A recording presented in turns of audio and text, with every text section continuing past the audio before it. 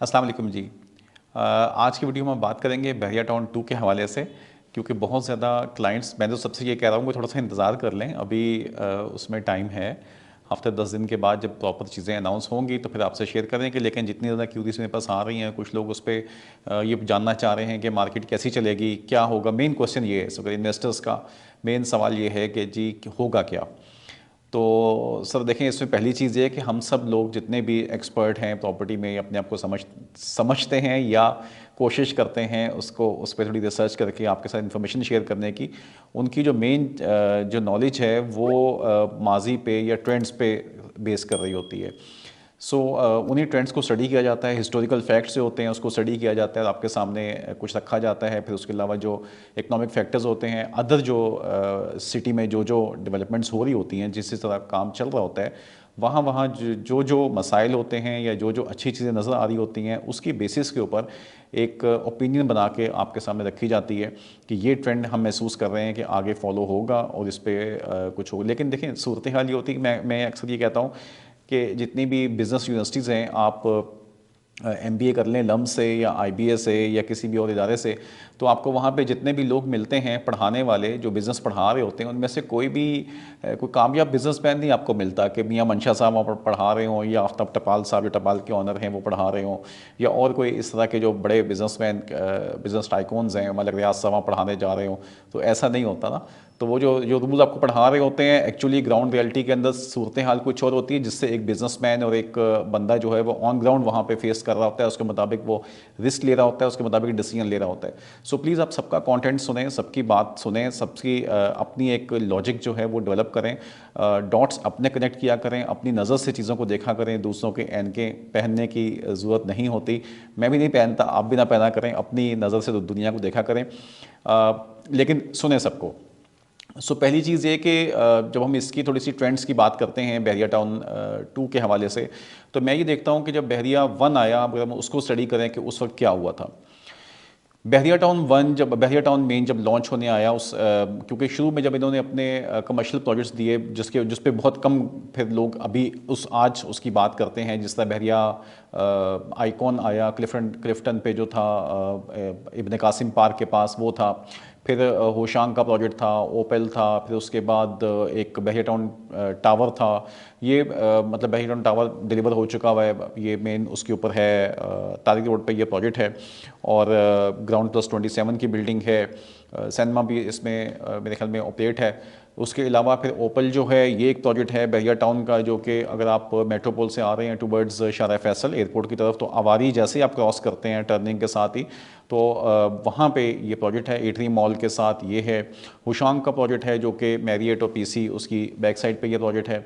फिर बहरिया आइकॉन जो था, ये इस वक्त तक की टॉलेस्ट बिल्डिंग है पाकिस्तान की, बहरिया आइकॉन, जो क्लिफ्टन में बन रहा है, जिसके लिए बहरिया टाउन ने बहुत बड़ी इन्वेस्टमेंट की। बहरिया टाउन का ऑफिस भी जो था, मुझे याद है 2000 स्टार्टिंग में 2008-9 में के अंदर बहरिया टाउन का जो ऑफिस था वो पार्क टावर्स में होता था।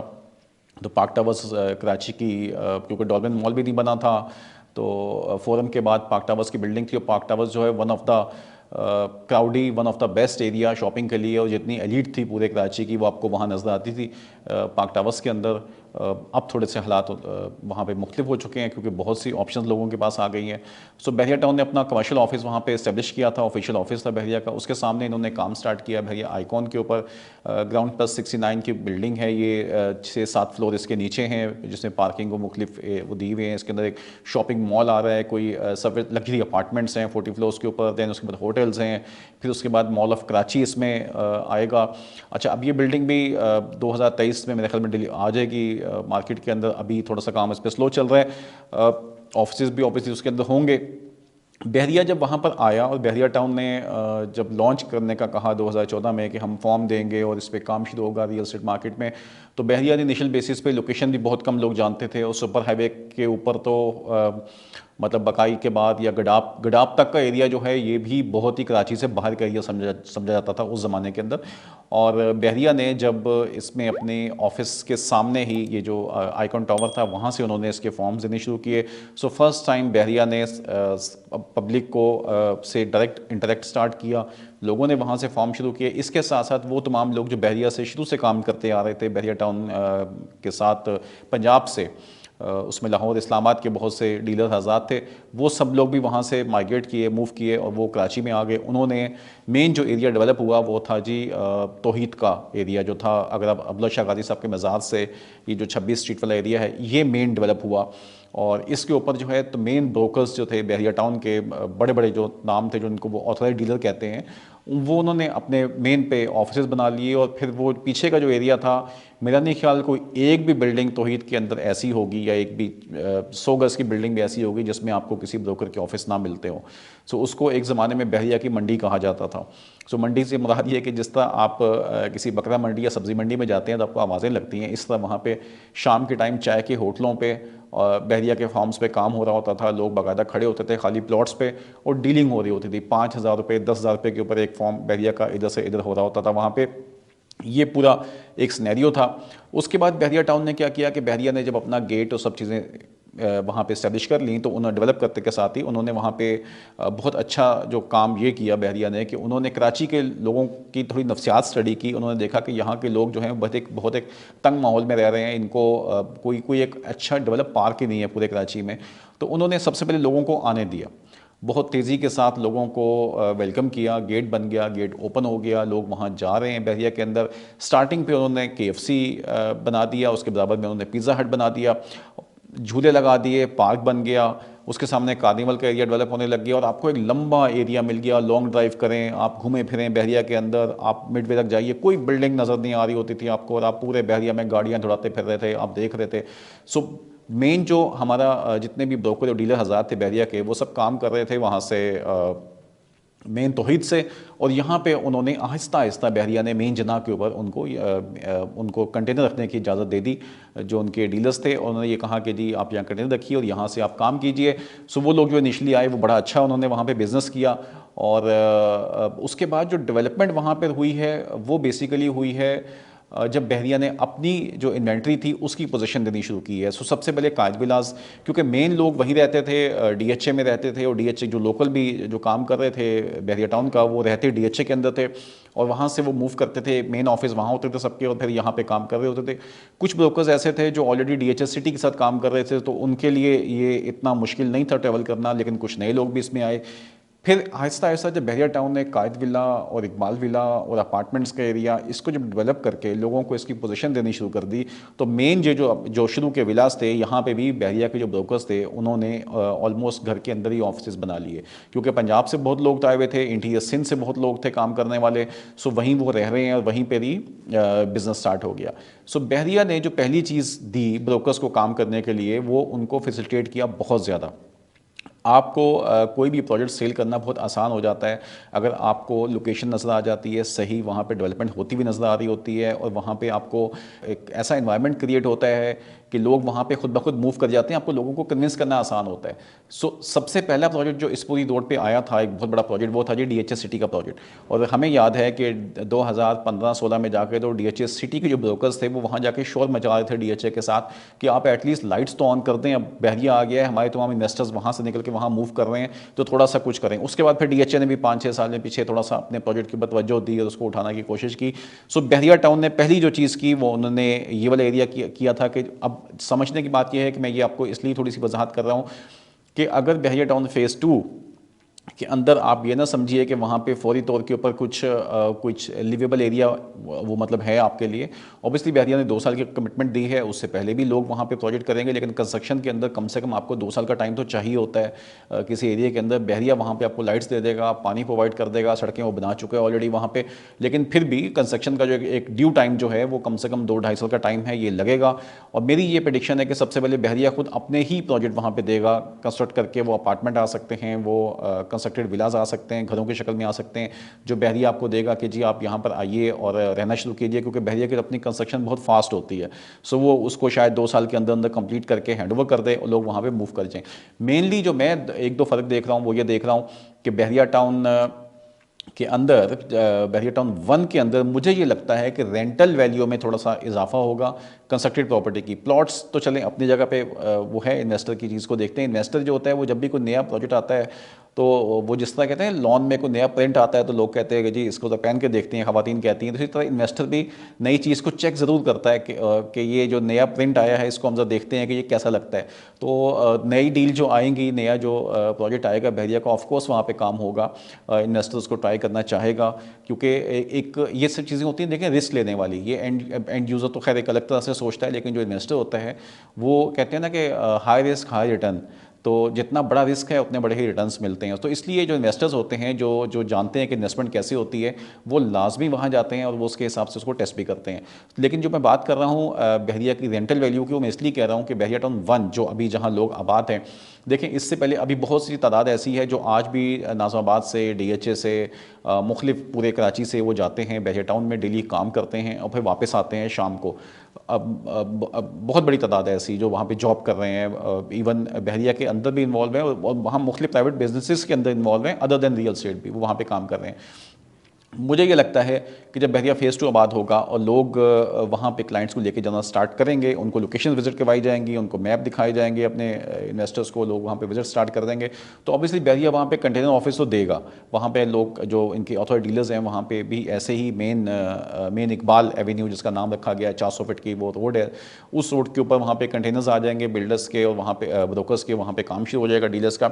लेकिन रहायश जो होगी वो उनकी सबकी बहरिया टाउन फ़ेज़ 1 के अंदर होगी। तो और दूसरा ये होगा कि अब जो यहाँ से लोग जा रहे हैं कराची से, उनको फ़ेज़ 2 मज़ीद दूर पड़ जाएगा।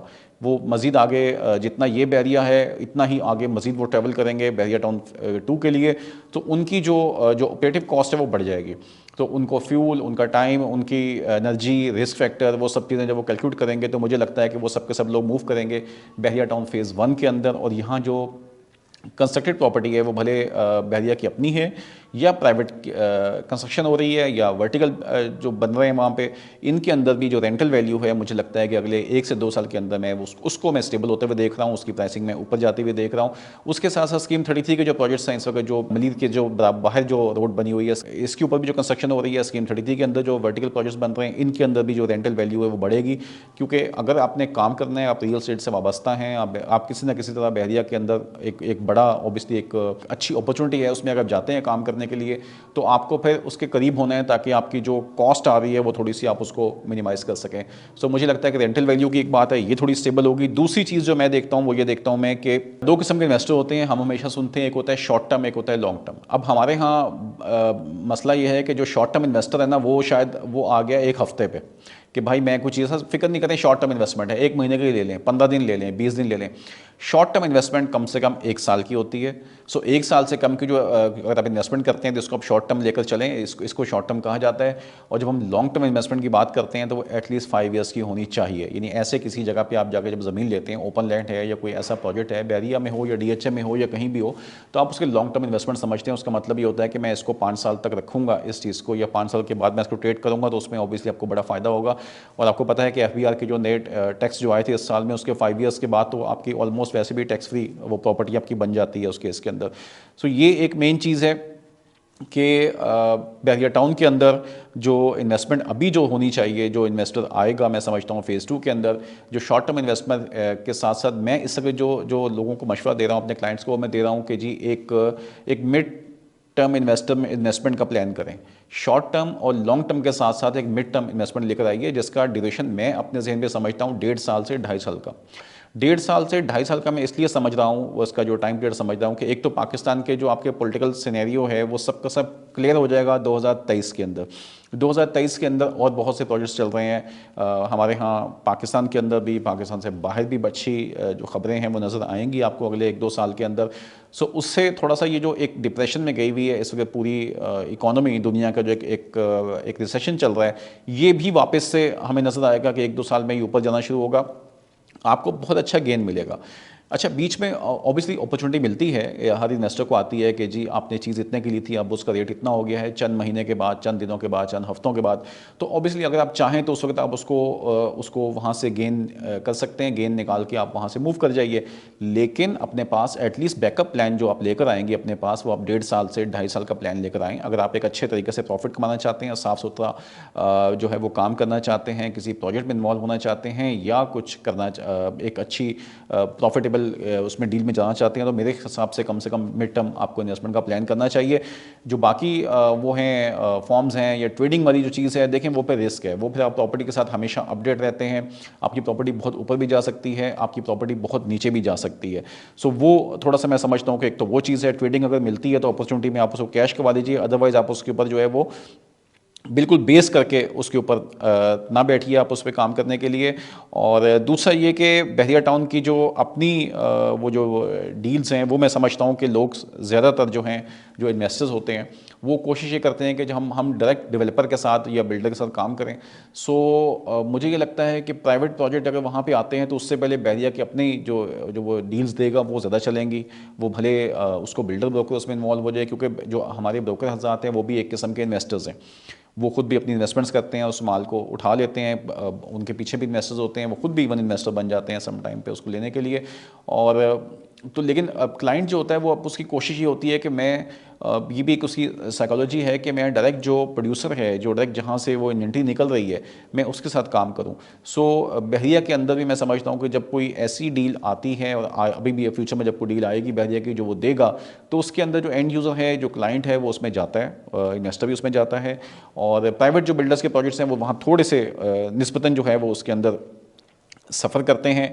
दूसरा ये कि देखें, M9 के ऊपर हो या कराची के अंदर हो, बहरिया के जिस तरह कि आपको मैंने बताए शहर के जिसके 3-4 प्रोजेक्ट्स हैं, वो सब के सब एक लैंडमार्क प्रोजेक्ट्स हैं। वो भले आइकॉन हो, वो भले टॉलेस्ट बिल्डिंग है इस वक्त पूरे पाकिस्तान की, वो हो, आप ओपल ओशोंग हो, आपका बहरिया टाउन का टावर हो, ये सब के सब एक लैंडमार्क बिल्डिंग्स हैं। बड़े बड़े जो हैं उन्होंने स्काई स्क्रैपर्स वहाँ पे खड़े किए हुए हैं। बहरिया टाउन फ़ेज़ 1 जो है वो हम सबको मालूम है कितना बड़ा प्रोजेक्ट है इस वक्त पूरे कराची का, बल्कि पूरे पाकिस्तान का। फिर उसके बाद बहरिया फ़ेज़ 2 आ रहा है, वो बहुत ज़बरदस्त प्रोजेक्ट है। M9 की अहमियत हम सबको मालूम है कि मलिक एक्सप्रेसवे के बाद और दूसरी जो M6 वहाँ से आ रही है सख्खत से, उसके बाद जब लोगों को कम्यूट करना आसान हो जाएगा तो आपके इंटीरियर के हैदराबाद के और इसके लोग भी आके इन एरियाज़ में आबाद होंगे, और ये एक नई डेवलपमेंट सामने आएगी। जो आपका इंटीरियर का पैसे वाला तबका है वो भी मूव करेगा, शहर से भी वो लोग जा सकते हैं। और इवन शहर से प्रॉपर्टी बहुत सस्ती है। अगर आप स्कीम 33 में या किसी और जगह देखें तो वहाँ से सुरजानी का जो प्लॉट है 125 गज का, 120 गज का जो प्लॉट है सुरजानी का, वहाँ आपको क्लियर प्रॉपर्टी इस वक्त 40-50 लाख रुपए से कम कोई प्लॉट है ही नहीं सुरजानी के अंदर। स्कीम 33 में 1 करोड़ रुपए का रेट है इस वक्त प्लॉट का। अगर वो बंदा जो बहरिया में आपको आज भी जो क्लियर प्रॉपर्टी है जहां आप कंस्ट्रक्शन करना दे सकते हैं, वो आपको सेम उसी वैल्यू में मिल जाती है जिसमें सुरजानी में मिल रही है प्रॉपर्टी आपको। सो उस हिसाब से अगर देखा जाए तो आपकी M9 की प्रॉपर्टी बहुत सस्ती। इवन DHA का प्लॉट भी, DHA का जो छोटा प्लॉट है 125 का, वो ऑलमोस्ट सुरजानी के प्लॉट के बराबर खड़ा हुआ है इस टाइम पे।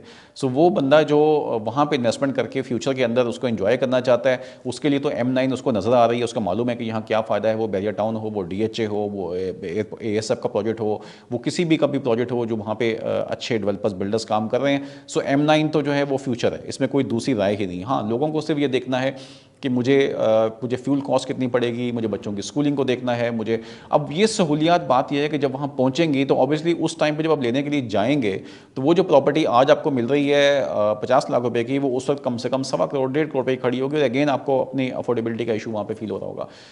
सो बहरिया टाउन के अंदर ये है जी कि जो नई डील्स आ रही हैं उसका वेट कीजिए। जो हमारे क्लाइंट्स बहुत ज़्यादा पूछ रहे हैं मुझसे बार बार, मैंने ये कह रहा हूँ कि थोड़ा सा वेट कर लें। अभी जब बहरिया 5-10 दिन में सब चीज़ों को अनाउंस करेगा तो उसके बाद इंशाल्लाह आपसे तमाम डील्स और तमाम इन्फॉर्मेशन आपसे शेयर करेंगे। बहरिया ने अभी जो अपने मैप्स दिए हैं वो आपके सामने स्क्रीन पे आ रहे हैं, आप इसको देख रहे होंगे। 2 मैप्स मार्केट में आए थे इनके, एक जो मैप था ये फर्स्ट क्वार्टर में आया था, एक फिर अभी लास्ट क्वार्टर में ये चला है। लेकिन अभी तक कोई इसमें से ऑफिशियली बहरिया ने इसको ऑन करके मार्केट में डिस्क्लोज नहीं किया कि ये मेरा एक मैप है जो मैं लेके आ रहा हूँ। लेकिन ये जो जनरल चल रहे हैं वो मैं आपको दिखा रहा हूँ स्क्रीन के ऊपर।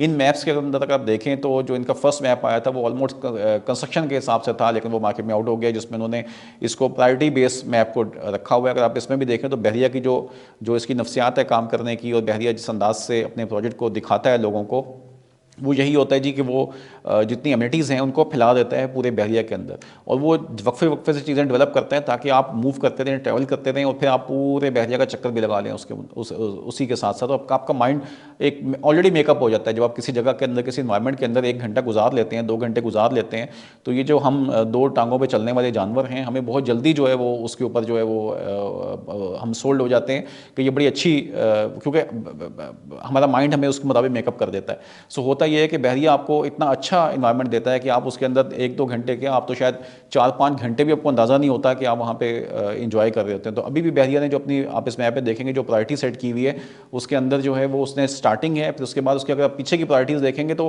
कुछ एरियाज़ ऐसे हैं जो उसकी प्रायोरिटी के अंदर 16-17 नंबर पर जाके आ रहे हैं, लेकिन उससे अगले एरिया वो जल्दी डेवलप करने जा रहा था। ये फर्स्ट क्वार्टर का मैप था, लेकिन अभी इसको बहरिया इसको ऑन नहीं कर रहा। लास्ट क्वार्टर में जो आप मैप देख रहे हैं, इसके अंदर भी आप देखेंगे बहरिया ने अपार्टमेंट्स और डिफरेंट एरियाज़ वो लेके आ रहा है वहाँ पे करने के लिए। इससे ये होगा कि जैसे ही उसकी कंस्ट्रक्शन की प्रॉपर्टी आए, कंस्ट्रक्टेड प्रॉपर्टी आएगी बहरिया की, उसके अंदर जो है वो जल्दी लोग मूव करेंगे और फिर उसके बाद ये प्रोजेक्ट चलना शुरू होगा। इवन ये भी होगा कि मैं ये समझता हूँ कि अगर वहाँ पे लो कॉस्ट कोई चीज़ आ जाती है ऐसी, तो हमारी आगे का जो फैक्ट्री का एरिया है, आपका नूरियाबाद का एरिया है, आपका फर्ज करें जो अब लकी के जो लोग हैं, लकी सीमेंट के जो लोग हैं, पॉपुलर सीमेंट आगे है, सूरती है, इनके जो वहाँ पे एम्प्लॉयज़ हैं, जो जीएम्स हैं, जो अच्छी जॉब करने वाले लोग हैं, वो तो ऑब्वियसली फिर वो शहर में क्यों आएंगे?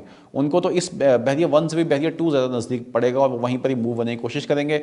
सो ये सब चीज़ें हैं, लेकिन मैं फिर भी जो मेरे जो क्लाइंट हज़रात हैं, इन्वेस्टर हज़रात हैं, जो मशवरा चाहते हैं, उनको मैं ये बोलूँगा कि शुरू में आइए, नंबर 1, और नंबर 2 थोड़ी सी बैकअप के साथ आइएगा। सिर्फ खाली ये सोच के कि बस ये पैसे हैं और मुझे 1 क्वार्टर में ये करना है, ये मुझे 1 महीने में ये करना है, तो वो फिर एक किस्म का आप बहुत ज़्यादा प्रेशर में आ जाते हैं। इसमें आप समटाइम अपनी जो हार्ड एंड मनी है उसको लूज़ भी कर जाते हैं। सो आपको जो है वो कम से कम भी 1.5 साल से 2.5 साल का प्लान रख के मूव कीजिएगा, इससे आपको बहुत ज़्यादा प्रॉफिट मिलेगा। बीच में अपॉर्चुनिटी कॉस्ट आती है, आप उसको ज़रूर अवेल करें, बट एटलीस्ट 1.5 साल से 2.5 साल के प्लान के साथ आइए। दुआ में याद रखिएगा। बहुत शुक्रिया। अस्सलाम वालेकुम।